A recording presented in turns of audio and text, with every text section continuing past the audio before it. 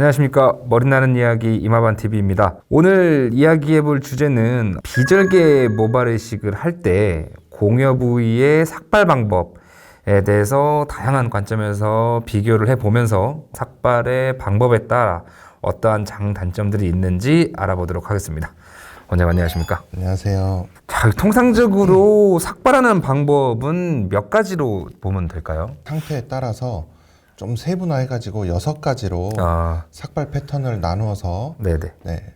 다르게 적용하고 있습니다. 그래서 이제 이 6가지를 살펴보면요. 네. 가장 많이 미는 것부터 가장 조금 미는, 그래서 이제 아예 그 삭발을 하지 않는 무삭발까지 네네. 해서 6가지로 나눌 수가 있어요. 하나씩 사진을 보면서 좀 설명을 해보자면 첫 번째가 이제 전체 삭발입니다. 전체 삭발인데 이제 영어로는 버즈컷이라고도 하고요. 그냥 이식 부위까지 다 미는 겁니다. 네네. 최근에는 많이 하지 않아요. 예전에 비해서는. 네네. 다만 이제 요런 전체 삭발을 이제 제가 조금 강하게 권유하는 경우는 특히 어떤 경우냐, 예를 들면 정수리 쪽에 조금 얇아진 상태의 모발들이 많이 깔려 있는데 그 사이사이에 심어야 할 때에는 네네. 다 밀어야 이렇게 훤히 내려다보면서 기존 모발을 피하면서 심기가 쉽기 때문에 그런 경우는 사정만 허락한다면 네. 전체 삭발을 하자고 권하기도 합니다. 자, 두 번째가 해병대 삭발인데 네. 전체 삭발을 한 것보다 윗부분만 조금 더 남겼단 말이죠. 아랫부분, 옆부분은 동일하게 이제 네. 짧게 민 것 같은데 특별한 장점이 있을까요? 해병대 삭발은 머리가 아무래도 이제 윗머리는 9mm, 옆머리와 뒷머리는 1mm로 미니까 네. 빨리 이제 예전 머리 스타일로 좀 빨리 길어진다는 네네. 이제 그런 장점이 있는데 요즘에는 많이 조금 덜 하는 것 같아요. 세 번째 투블럭 컷인데 아직까지도 상당히 오랜 시간 이제 유행을 하고 있는 헤어스타일이고 네.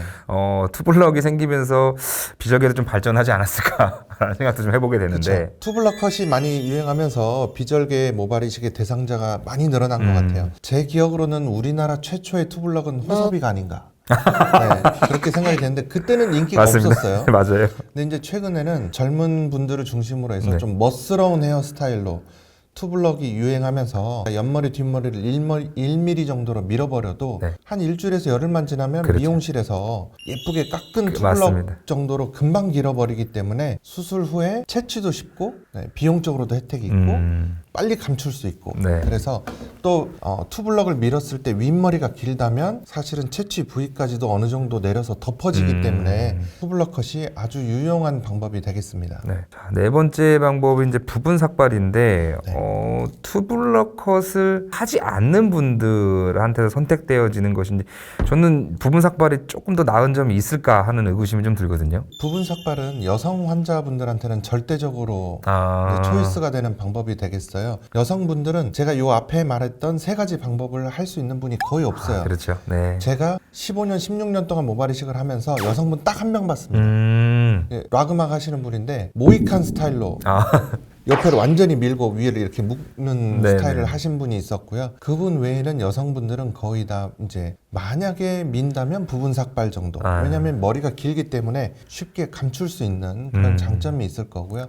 네. 남자분들 중에는 무삭발은 뭐 여러 가지 이유에서 좀 부담스러운데 그렇죠. 네. 이제 윗머리가 길어서 또 채취량이 많지 않아서 조금 박스 형태로 밀고 이제 채취를 하는 경우에는 부분적으로 유용한 그런 방법이 될 수 있겠습니다.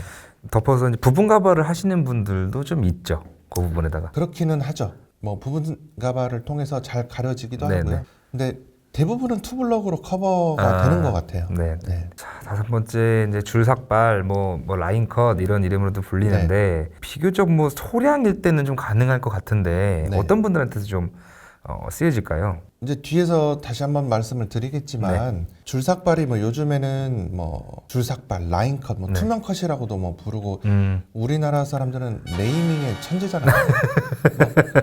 근데 제가 지금 보고 있는 사진에 이분은 제가 2008년인가 줄삭발로 수술했던 분이에요. 제가 해외 의사의 그 수술 비디오를 보고 이거를 이제 우리나라에서 처음으로 했었어요. 네. 오래전에 했었는데 제가 왜 그 히스토리를 말씀드리냐, 저는 10몇 년 전에 해보고 요러요러한 단점들이 있더라 해서 이제 안 하고 있는 방법이 있고, 요거에 이제 단점들을 보완해서 무삭발로 갔는데 요즘 들어서 다시 이제 이런 줄삭발이 유행하는 그런 현실이 있어서 말씀드린 거고요. 어쨌든 줄삭발은 가장 큰 장점은 사실은 무삭발에 비교를 해서 장점이라면 네. 의사가 뽑기 쉬운 거죠. 한 줄로 다 해놓으니까. 네, 네, 네. 맞습니다. 자, 끝으로 이제 무삭발, 네. 논쉐이빙인데 네. 많이 하시는 거죠? 많이 하고 있는 방법이고요. 무삭발은 삭발을 하지 못하는 분들에게는 네. 랜덤하고 호모지니어스한 디스트리뷰션 이거를 실현시키는 가장 이상적인 방법이라고 얘기할 수 있습니다. 다만 이제 수술 난이도가 높고 그렇죠. 조금 까다롭기 때문에 그 숙련된 기술과 이제 또 의사뿐만 아니라 스태프들도 이 무삭발에 적응하는 그런 기술이 많이 필요한 그런 방법이라고 할 수 있습니다. 시스템도 좀 많이 갖춰져야 될 거고요. 그렇죠. 네. 그러면 앞에서 한 6가지 정도로 이제 삭발의 방법들을 간단하게 살펴봤는데 이제 중요한 거는 각 삭발의 방법별로 문제점은 뭐가 있고 이제 장점들은 뭐가 있는지 네. 이거를 좀 알려주셔야 또 보시는 분들께서 그렇죠. 나는 이 수술이 나한테 맞는 것 같아 라고 결정할 수도 있거든요. 네, 제가 앞에서 말씀드렸던 첫 번째 3가지 방법, 그러니까 전체 삭발, 해병대 삭발, 그다음에 투블럭 컷까지는 공여부, 채취 부위는 다 밀기 때문에 훤히 내려다보면서 쉽게 펀치할 수 있어서 아주 편하고 좋은 방법이죠. 그러니까 투블럭 컷까지 할 수만 있다면, 특히 남성분들의 경우에 할 수만 있다면 더 어려운 방법인 무삭발이나 이런 거를 생각하실 필요가 없습니다. 그래서 삭발을 하실 수만 있다면 3번째 단계인 투블럭 컷까지 하는 것이 좋다. 네네. 그러면 4번째로 말씀드린 부분 삭발, 5번째로 말씀드린 줄 삭발의 네. 경우에는 어떤 문제점이 생길 수 있느냐. 부분 삭발의 경우에는 이 랜덤하고 호모지니어스한 원칙에 위배되는 거죠. 그러니까 전체 공여부를 넓게 써야 되는데 삭발 면적이 일정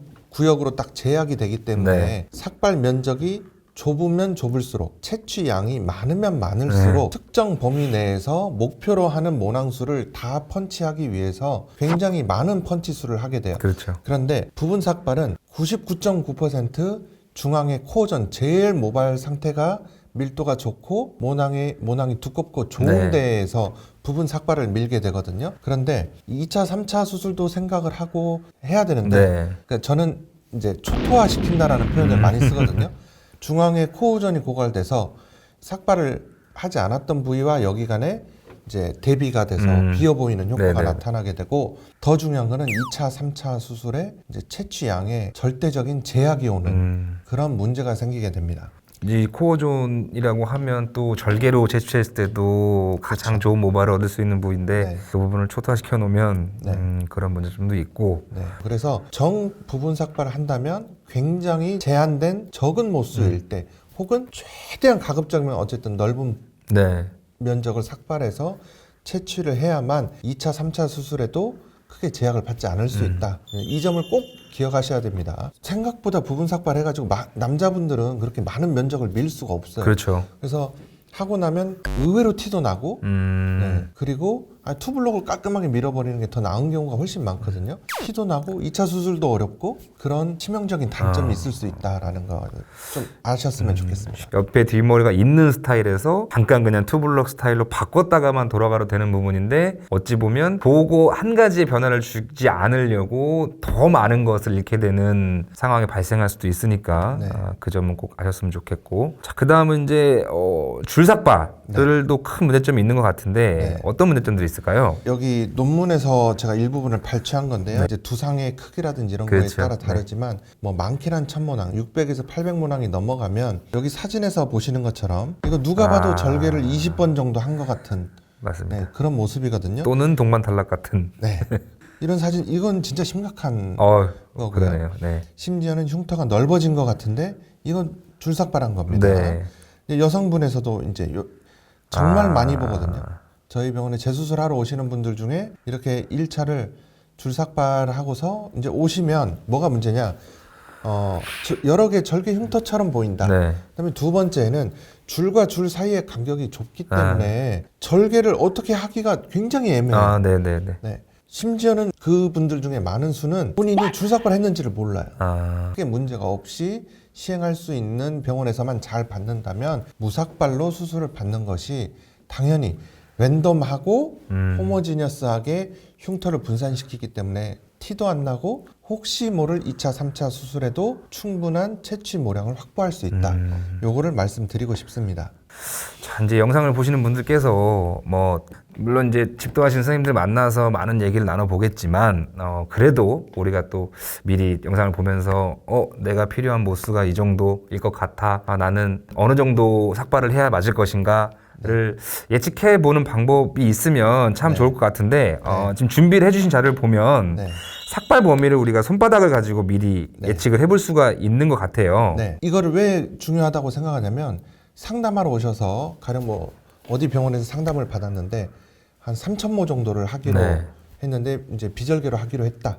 여성분이에요. 네네네. 그런데 심지어는 상당히 쇼컷의 그런 헤어스타일인데 삭발 감당될까 싶은데 어느 정도 삭발해야 되는지를 설명도 못 들었고 네. 본인도 모르고 계시는 거죠. 아, 근데 수술 당일날 가서 쫙 밀면 수술하고 나서 당황해도 어쩔 수 없는 그렇죠. 거거든요. 내 머리를 얼마나 밀지 이거는 정말 중요하잖아요. 사회생활도 해야 되고 그렇기 때문에 삭발 범위를 내 손바닥 하나로 쉽게 예측할 수 있는 법 어렵지 않습니다. 네. 그래서 여자분과 남자분으로 이제 나눴는데요. 남자분들은 손바닥 사이즈가 여성분의 4개에 해당하는 이 3개 손가락이 6.5, 4개 손가락은 한 8cm 정도가 대략 맞습니다.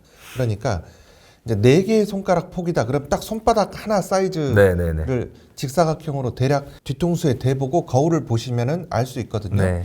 길이는 마찬가지로 한 15cm라고 했을 때 4개 손가락 사이즈로 해보면 120제곱센티미터 정도가 면적이 될 거예요. 8 곱하기 15가 네네. 되니까요. 그러면 120 곱하기 13을 하면 한 1560모낭. 네. 그러면 한 3000모 내외. 15개가 나온다고 하면 1800모낭 정도가 손바닥 하나 사이즈, 본인의 손바닥 하나 사이즈를 밀었을 때 이 정도 모낭이 나온다라는 거를 알면 나는 어느 정도를 밀어야겠다라는 거를 대충 본인이 짐작해 보실 수 있고 수술 방법을 결정하시는데 큰 도움이 되지 않을까 싶습니다. 여성분을 이제 예를 들어보면 여성분들은 이렇게 손바닥을 봤을 때 이 세 개의 손가락의 폭은 대략 5cm 정도입니다. 그리고 여기서부터 여기까지 4개 손가락의 폭은 6.5예요. 거의 90% 이상은 요 정도 크기의 여자분들이 해당되고요. 이 손가락 끝에서 여기까지가 대략 15cm 정도 내외라고 봅니다.